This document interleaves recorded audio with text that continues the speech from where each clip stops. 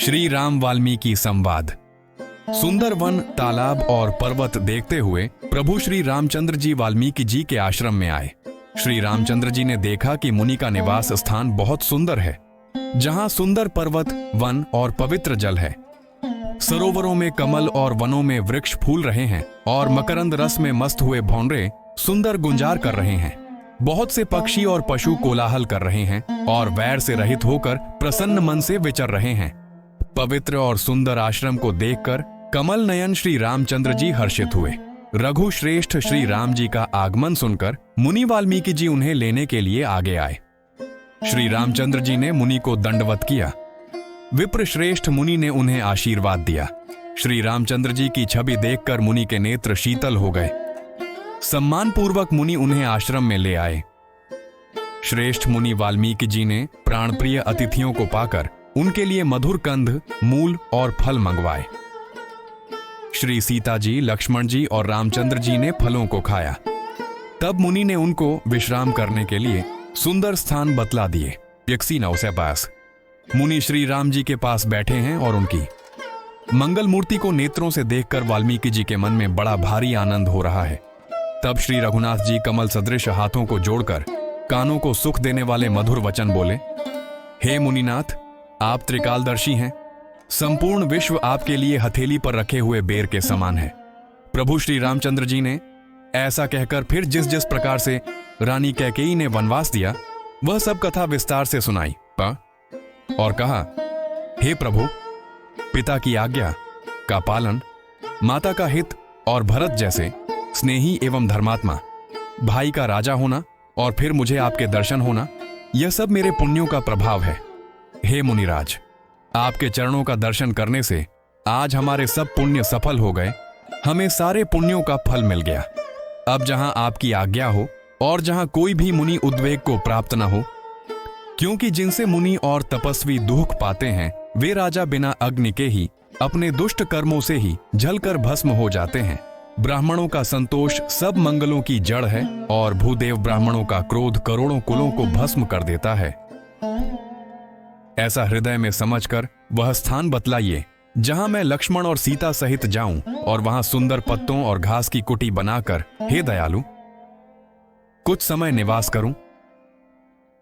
श्री राम जी की सहज ही सरल वाणी सुनकर ज्ञानी मुनि वाल्मीकि बोले, धन्य धन्य हे रघुकुल के ध्वजा स्वरूप, आप ऐसा क्यों न कहेंगे।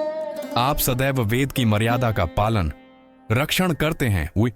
हे राम, आप वेद की मर्यादा के रक्षक जगदीश्वर हैं और जानकी जी आपकी स्वरूप भूता माया है, जो कृपा के भंडार आपका रुख पाकर जगत का सृजन, पालन और संहार करती हैं, जो 1000 मस्तक वाले सर्पों के स्वामी और पृथ्वी को अपने सिर पर धारण करने वाले हैं, वही चराचर के स्वामी शेष जी लक्ष्मण हैं। देवताओं के कार्य के लिए आप राजा का शरीर धारण करके दुष्ट राक्षसों की सेना का नाश करने के लिए चले हैं। हे राम, आपका स्वरूप वाणी के अगोचर, बुद्धि से परे, अव्यक्त, अकथनीय और अपार है। वेद निरंतर उसका नेति नेति कहकर वर्णन करते हैं। हे राम, जगत दृश्य है, आप उसके देखने वाले हैं। आप ब्रह्मा, विष्णु और शंकर को भी नचाने वाले हैं। जब वे भी आपके मर्म को नहीं जानते, तब और कौन आपको जानने वाला है। गिलासो, वही आपको जानता है जिसे आप जना देते हैं और जानते ही वह आपका ही स्वरूप बन जाता है। हे रघुनंदन, हे भक्तों के हृदय को शीतल करने वाले चंदन, आपकी ही कृपा से भक्त आपको जान पाते हैं। पुत, आपकी देह चिदानंदमय है। यह प्रकृतिजन्य पंच महाभूतों की बनी हुई कर्म बंधन युक्त त्रिदेह विशिष्ट मायिक नहीं है और उत्पत्ति, नाश, वृद्धि, क्षय आदि सब विकारों से रहित है। इस रहस्य को अधिकारी पुरुष ही जानते हैं। आपने देवता और संतों के कार्य के लिए दिव्य नर शरीर धारण किया है और प्रकृति के तत्वों से निर्मित देह वाले साधारण राजाओं की तरह से कहते और करते हैं। हे राम, आपके चरित्रों को देख और सुनकर मूर्ख लोग तो मोह को प्राप्त होते हैं और ज्ञानी जन सुखी होते हैं। आप जो कुछ कहते करते हैं वह सब सत्य उचित ही है, क्योंकि जैसा स्वांग भरे वैसा ही नाचना भी तो चाहिए। इस समय आप मनुष्य रूप में हैं, अतः मनुष्योचित व्यवहार करना ठीक ही है। मैंने आपने मुझसे पूछा कि मैं कहां रहूं, परंतु मैं यह पूछते सकुचाता हूं कि जहां आप न हो वह स्थान बता दीजिए, तब मैं आपके रहने के लिए स्थान दिखाऊं। मुनि के प्रेम रस से सने हुए वचन सुनकर श्री रामचंद्र जी रहस्य खुल जाने के डर से सकुचाकर मन में मुस्कुराए। वाल्मीकि जी हंसकर फिर अमृत रस में डुबोई हुई मीठी वाणी बोले, हे राम जी, सुनिए, अब मैं वे स्थान बताता हूं जहां आप सीता जी और लक्ष्मण जी समेत निवास कीजिए, जिनके कान समुद्र की भांति आपकी सुंदर कथा रूपी अनेक सुंदर नदियों से निरंतर भरते रहते हैं, परंतु कभी पूरे तृप्त नहीं होते। उनके हृदय आपके लिए सुंदर घर हैं और जिन्होंने अपने नेत्रों को चातक बना रखा है, जो आपके दर्शन रूपी मेघ के लिए सदा लालायित रहते हैं, तथा जो भारी भारी नदियों, समुद्रों और झीलों का निरादर करते हैं और आपके सौंदर्य रूपी मेघ की एक बूंद जल से सुखी हो जाते हैं, अर्थात आपके दिव्य सच्चिदानंदमय स्वरूप के किसी एक अंग की जरा सी भी झांकी के सामने स्थूल, सूक्ष्म और कारण तीनों जगत के अर्थात पृथ्वी, स्वर्ग और ब्रह्मलोक तक के सौंदर्य का तिरस्कार करते हैं। हे रघुनाथ जी, उन लोगों के हृदय रूपी सुखदायी भवनों में आप भाई लक्ष्मण जी और सीता जी सहित निवास कीजिए। आपके यश रूपी निर्मल मानसरोवर में, जिसकी जीभ हंसिनी बनी हुई आपके गुण समूह रूपी मोतियों को चुगती रहती है, हे राम जी, आप उसके हृदय में बसिए, जिसकी नासिका प्रभु आप के पवित्र और सुगंधित पुष्पादि सुंदर प्रसाद को नित्य आदर के साथ ग्रहण करती, सूंघती है, और जो आपको अर्पण करके भोजन करते हैं और आपके प्रसाद रूप ही वस्त्राभूषण धारण करते हैं, जिनके मस्तक देवता, गुरु और ब्राह्मणों को देखकर बड़ी नम्रता के साथ प्रेम सहित झुक जाते हैं, जिनके हाथ नित्य श्री रामचंद्र जी आपके चरणों की पूजा करते हैं और जिनके हृदय में श्री रामचंद्र जी आपका ही भरोसा है, दूसरा नहीं आक, तथा जिनके चरण श्री रामचंद्र जी आपके तीर्थों में चलकर जाते हैं, हे राम जी, आप उनके मन में निवास कीजिए, जो नित्य आपके राम नाम रूप मंत्रराज को जपते हैं और परिवार परिकर सहित आपकी पूजा करते हैं, जो अनेक प्रकार से तर्पण और हवन करते हैं तथा ब्राह्मणों को भोजन कराकर बहुत दान देते हैं, तथा जो गुरु को हृदय में आपसे भी अधिक बड़ा जानकर सर्वभाव से सम्मान करके उनकी सेवा करते हैं, और ये सब कर्म करके सबका एकमात्र यही फल मांगते हैं कि श्री रामचंद्र जी के चरणों में हमारी प्रीति हो। उन लोगों के मन रूपी मंदिरों में सीता जी और रघुकुल को आनंदित करने वाले आप दोनों बसिए, जिनके न तो काम, क्रोध, मद, अभिमान और मोह है, न लोभ है, न क्षोभ है, न राग है, न द्वेष है और न कपट, दंभ और माया ही है।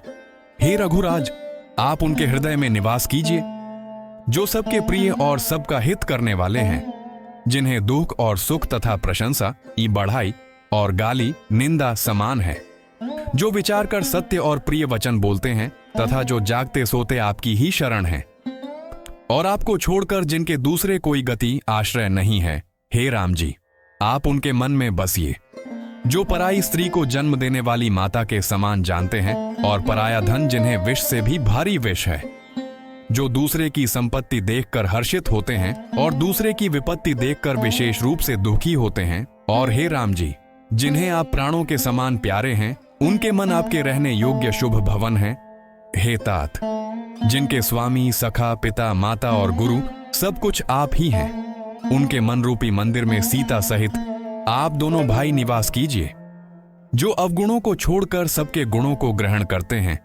ब्राह्मण और गो के लिए संकट सहते हैं, नीति निपुणता में जिनकी जगत में मर्यादा है, उनका सुंदर मन आपका घर है, जो गुणों को आपका और दोषों को अपना समझता है, जिसे सब प्रकार से आपका ही भरोसा है, और राम भक्त जिसे प्यारे लगते हैं, उसके हृदय में आप सीता सहित निवास कीजिए।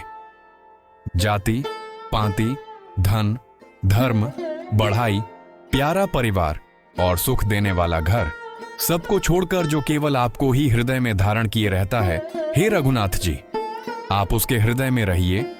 स्वर्ग, नरक और मोक्ष जिसकी दृष्टि में समान है, क्योंकि वह जहां तहां सब जगह केवल धनुष बाण धारण किए आपको ही देखता है, और जो कर्म से, वचन से और मन से आपका दास है, हे राम जी, आप उसके हृदय में डेरा कीजिए, जिसको कभी कुछ भी नहीं चाहिए और जिसका आपसे स्वाभाविक प्रेम है, आप उसके मन में निरंतर निवास कीजिए, वह आपका अपना घर है।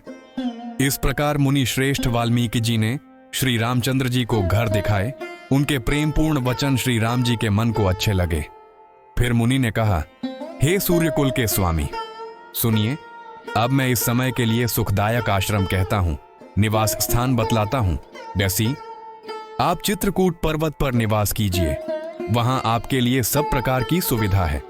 सुहावना पर्वत है और सुंदर वन है। वह हाथी, सिंह, हिरण और पक्षियों का विहार स्थल है। वहां पवित्र नदी है जिसकी पुराणों ने प्रशंसा की है और जिसको अत्रि ऋषि की पत्नी अनसुया जी अपने तपोबल से लाई थी। वह गंगा जी की धारा है। उसका मंदाकिनी नाम है। वह सब पाप रूपी बालकों को खा डालने के लिए डाकिनी एंड डायन रूप है S8। अत्रि आदि बहुत से श्रेष्ठ मुनि वहां निवास करते हैं, जो योग, जप और तप करते हुए शरीर को कसते हैं। हे राम जी, चलिए सबके परिश्रम को सफल कीजिए और पर्वत श्रेष्ठ चित्रकूट को भी गौरव दीजिए।